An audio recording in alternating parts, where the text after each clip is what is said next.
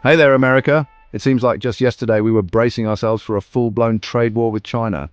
Remember all those headlines? Tariffs flying faster than a Panda Express order on a Friday night? Well, hold on to your egg rolls, folks, because Trump just hit the pause button on all that trade war nonsense. That's right, on May 12th, Uncle Sam and the dragon in the room decided to play nice for now. They agreed to some tariff reductions and promised to hold off on any new trade shenanigans for the next 90 days. But before you break out the fireworks and start celebrating with a big plate of General Tso's chicken, let's take a closer look at this so-called truce, shall we? Because something tells me there's more to this story than meets the eye. After all, this is Trump we're talking about, and if there's one thing we've learned about the Donald, it's that he loves a good deal, but more importantly, he loves to be the one who comes out on top. So why the sudden change of heart? Could it be that Trump realized starting a trade war with the country that makes most of our stuff might not have been the smartest move?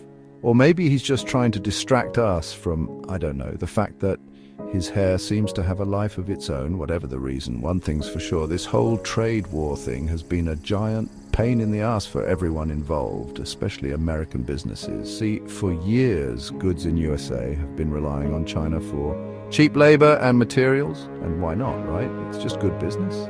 But here's the thing.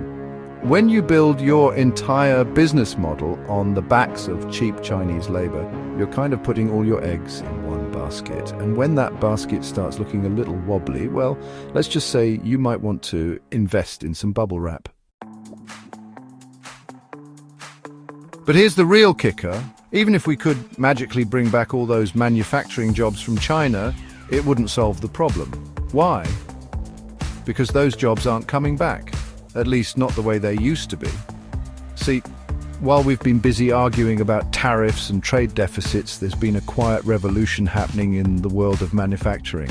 It's called Industry 4.0, and it's basically a fancy way of saying robots are taking over the factory floor. Think automation, artificial intelligence, and all sorts of other sci-fi sounding stuff. Now, don't get me wrong, technology is great. I wouldn't be able to do my job without my trusty teleprompter and my team of highly trained hamster fact-checkers.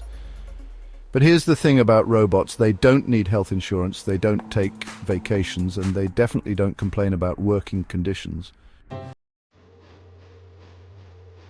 So, what does all this mean for the average American worker?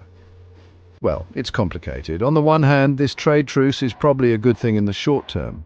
It'll hopefully stabilize the economy, prevent prices from skyrocketing, and maybe even save a few jobs. But in the long run, we're still facing some serious challenges. How do we prepare our workforce for the jobs of the future? How do we compete with countries like China that have a seemingly endless supply of cheap labor and a government that's willing to play fast and loose with the rules?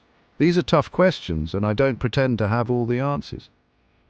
But one thing's for sure, this trade war truce is just the beginning of a much longer and more complicated story. And as always, America, you're stuck with me to break it all down for you. Stay tuned.